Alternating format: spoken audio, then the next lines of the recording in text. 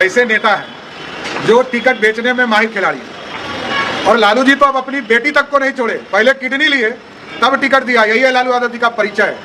जो व्यक्ति अपने बेटी तक को नहीं छोड़ता हो उसी का नाम है लालू प्रसाद। लालू प्रसाद यादव पर सम्राट चौधरी का यह हमला अब उनके लिए मुसीबत बनते जा रहा है और चारों तरफ सम्राट चौधरी की थू थू हो रही है। दरअसल सम्राट चौधरी का आपने बयान सुन लिया होगा और सम्राट चौधरी ने लालू प्रसाद यादव पर काफी गंभीर आरोप लगाए हैं और उन्होंने कहा कि उनकी बेटी रोहिणी आचार्य को उन्होंने किडनी ले लेने के बाद टिकट दे दिया है और लालू प्रसाद यादव का ये स्वभाव रहा है कि नौकरी देने के बदले में जमीन लिखवा लेते हैं और अब बेटी को टिकट देने के मामले में अब पहले किडनी लेने के बाद उसको टिकट देते हैं और कहीं ना कहीं लालू प्रसाद यादव पर यह हमला सम्राट चौधरी के लिए मुसीबत बनते जा रहा है। हम आगे इस रिपोर्ट में आपको ये भी बताने वाले हैं कि आखिर अरविंद केजरीवाल को दिल्ली के राउंड एवेन्यू कोर्ट में पेश करते हुए ईडी ने अपनी तरफ से ऐसा क्या कह दिया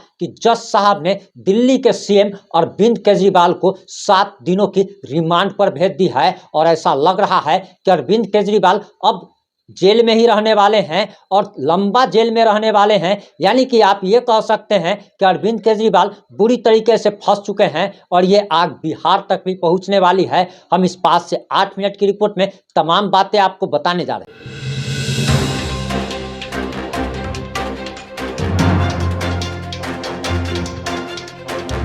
नमस्कार, मैं प्रिंस कुमार सिंह और आप देख रहे हैं पॉजिटिव इंडिया। अगर अभी तक आपने चैनल को सब्सक्राइब नहीं किया है और हमारे फेसबुक पेज को फॉलो नहीं किया है तो अभी कर लीजिए और जो लोग ऑलरेडी कर चुके हैं उन तमाम लोग को सही धन्यवाद। अब वापस आते हैं अपनी खबर पर। दरअसल वीडियो के शुरुआत में ही आपने सम्राट चौधरी को सुन लिया, अब इस पर रोहिणी आचार्य का भी जवाब आ गया है। लोगों का कहना है कि रोहिणी आचार्य अभी राजनीति में आ रही है, तो आपको हम सबसे पहले रोहिणी आचार्य के बारे में बताते हैं कि रोहिणी आचार्य का बचपन से ही सपना नेता बनने का था और इसके लिए वो लगातार प्रयासरत भी थी। आप जानते होंगे, आप देखते होंगे कि हमेशा किसी भी राजनीतिक मुद्दे पर रोहिणी आचार्य भले ही सिंगापुर में रहती हो लेकिन उनका ट्वीट जरूर आ जाता था। लालू प्रसाद यादव की 7 बेटियां हैं लेकिन मीसा भारती और रोहिणी आचार्य के अलावा और कोई भी बेटी का ऐसा ट्वीट नहीं आता है, किसी पर हमलावर नहीं रहती है। रोहिणी आचार्य का बचपन से ही सपना नेता बनने का था। बहुत लोगों को यह भी नहीं पता है कि मनीष कश्यप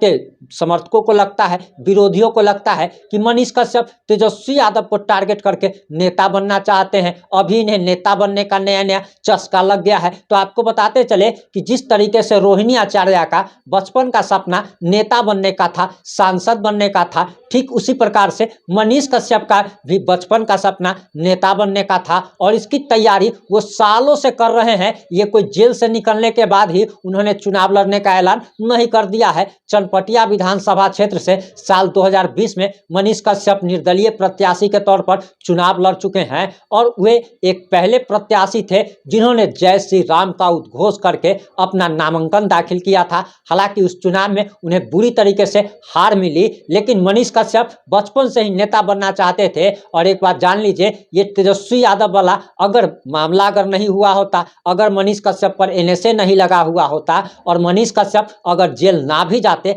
फिर भी वह साल 2024 का लोकसभा चुनाव लड़ने वाले थे। और अगर कहीं शायद संजोग मनीष कश्यप अगर हार जाते हैं तो 2025 के बिहार विधानसभा चुनाव में अपनी किस्मत फिर से आजमाएंगे। वहीं आपको जानकारी देते चले और अब वापस आते हैं हम अपनी खबर पर। रोहिणी आचार्य ने बड़ा हमला किया है और उन्होंने ट्वीट किया है कि अपने पापा को अपनी एक किडनी देना उनके प्रति मेरा कर्तव्य और प्यार है। अपने परिवार और अपनी जन्मभूमि बिहार के लिए तो रोहिणी अपनी जान न्यौछावर कर सकती है। अब रोहिणी आचार्य ने करारा हमला किया है, जवाब दे दिया है। आपको बताते चले कि लालू प्रसाद यादव एक अच्छे पिता भले ही साबित नहीं हो, लेकिन रोहिणी आचार्य ने एक अच्छी बेटी होने का सबूत तो जरूर दे दिया है। आप लालू प्रसाद यादव का विरोध करते हो या लालू प्रसाद यादव का आप समर्थन करते हो, इस बात से यहाँ पर कोई फर्क नहीं पड़ता। ऐसी बेटियां बहुत कम होती हैं जो कि अपने पिता को अपनी किडनी दान दे देती है और ऐसी बेटियों को सत नमन पॉजिटिव इंडिया करता है। आपको बताते चले, एक हम आपको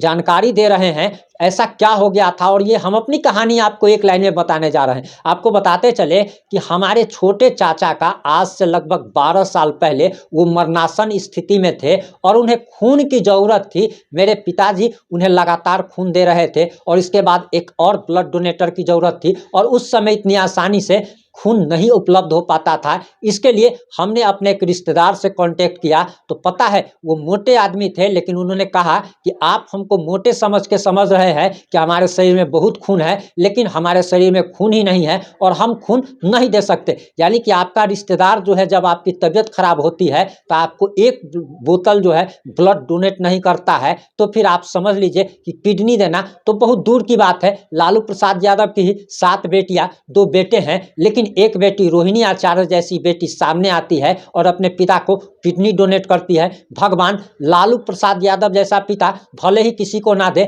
लेकिन रोहिणी आचार्य जैसी बेटी सबको दे। वहीं आपको बताते चले कि इसी बात पर सम्राट चौधरी की थू-थू हो रही है कि आखिर ऐसा बयान देना कहीं ना कहीं से सम्राट चौधरी की गलती है और इसका खामियाजा उन्हें चुनाव में भुगतना पड़ सकता है। वहीं अरविंद केजरीवाल के बारे में आपको जानकारी देते चले कि दिल्ली के राउंड एवेन्यू कोर्ट में उन्हें पेश किया गया। ये वही दिल्ली का राउंड एवेन्यू कोर्ट है जिस कोर्ट से लालू प्रसाद यादव या तेजस्वी यादव या राबड़ी देवी या फिर Misa Bharti land for job scam मामले में अभी जमानत पर बाहर है और इसी कोर्ट ने इन लोगों को जमानत दी है। अब इसी कोर्ट ने अरविंद केजरीवाल को रिमांड पर भेज दिया है और ईडी अब 3rd डिग्री का इस्तेमाल करेगी या कौन सी डिग्री का इस्तेमाल करेगी ये तो हमें नहीं पता, लेकिन सारे राज उगलवाएगी। और ऐसा बताया जा रहा कि अरविंद केजरीवाल अपने तमाम मंत्रियों के साथ अब मंत्रिमंडल जो है कैबिनेट मीटिंग जो है वो दिल्ली के तिहाड़ जेल में ही होगा, क्योंकि उनके कई मंत्री पहले से ही तिहाड़ जेल में बंद हैं। उनके सांसद राज्यसभा सांसद कहे जाते हैं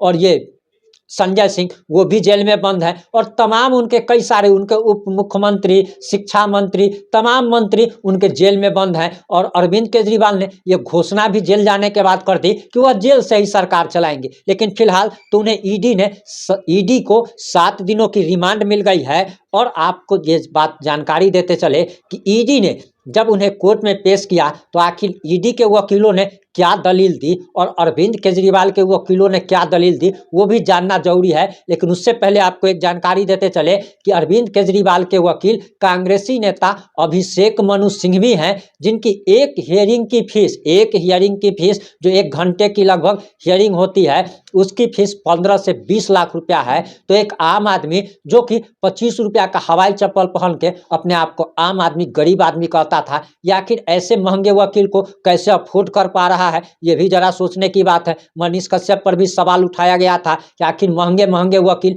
लाखों रुपए फीस वो कहाँ से दे रहे हैं। तो अरविंद केजरीवाल से भी ये सवाल जरूर पूछा जाना चाहिए कि ये आदमी और ऐसा तमाम नेता जो नेता बनना चाहता हो या जो पहले से नेता बनाया नेता है, ये सारे लोग गरीबों को, भारतीयों को ठगते हैं, उन्हें अच्छे दिन का भरोसा दिलाते हैं और गरीबों का, जनता का तो अच्छा दिन नहीं आता, लेकिन इन लोगों का अच्छा दिन जरूर आ जाता है। वहीं आपको बताते चले कि दरअसल अरविंद केजरीवाल को दिल्ली के राउंड एवेन्यू कोर्ट में पेश किया गया, जहां से 7 दिन के रिमांड पर भेज दिया गया है। अब 28 मार्च को उन्हें कोर्ट में पेश किया जाएगा। वहीं कोर्ट में केजरीवाल के ओर से पेश वकीलों ने रिमांड प्रार्थना पत्र को खारिज करने के लिए आवेदन दिया था। हालांकि कोर्ट ने उनकी दलीलें मानने से इनकार कर दिया। कोर्ट में सुनवाई के दौरान केजरीवाल की ओर से पेश वकील अभिषेक मनु सिंघवी ने कहा कि ईडी साबित करे कि आखिर केजरीवाल की गिरफ्तारी की जरूरत क्यों है। सुनवाई के दौरान कहा कि इस बात के पुख्ता सबूत है कि घोटाला और धोखाधड़ी हुई है। वहीं केजरीवाल की तरफ से 3 वकीलों के पेश होने पर ईडी की ओर से विरोध जताया गया। वहीं आपको जानकारी देते चले कि ईडी ने अब अरविंद केजरीवाल की रिमांड हासिल की है। अब कौन सी डिग्री इस्तेमाल करेगी ये तो भगवान ही जाने, लेकिन ईडी ने कहा कि आरोपी यह तय नहीं करेगा कि गिरफ्तारी की जरूरत है अथवा नहीं है। यह पूरी तरीके से जांच अधिकारी के विवेक पर निर्भर करता है कि कब उसे गिरफ्तारी की जरूरत है। फिलहाल अरविंद केजरीवाल लंबे समय के लिए जेल के लिए प्रस्थान कर गए हैं। इन सारे मुद्दों पर आपकी क्या राय है, आपकी क्या प्रतिक्रिया है? अपनी प्रतिक्रिया देना मत भूलिएगा। ईडी की जांच बिहार तक, झारखंड तक पहुंच रही है। झारखंड के मुख्यमंत्री पहले से जेल में हैं, वहीं बिहार के बारे में भी अभी कुछ नहीं कहा जा सकता। तेजस्वी यादव पर, लालू प्रसाद यादव के पूरे परिवार पर गिरफ्तारी की तलवार लटकी पड़ी है। जुड़े रहे हमारे साथ, इस मामले में जैसे ही कुछ नया अपडेट आएगा हम आप लोगों तक जरूर पहुंचाएंगे। जय हिंद, जय भारत।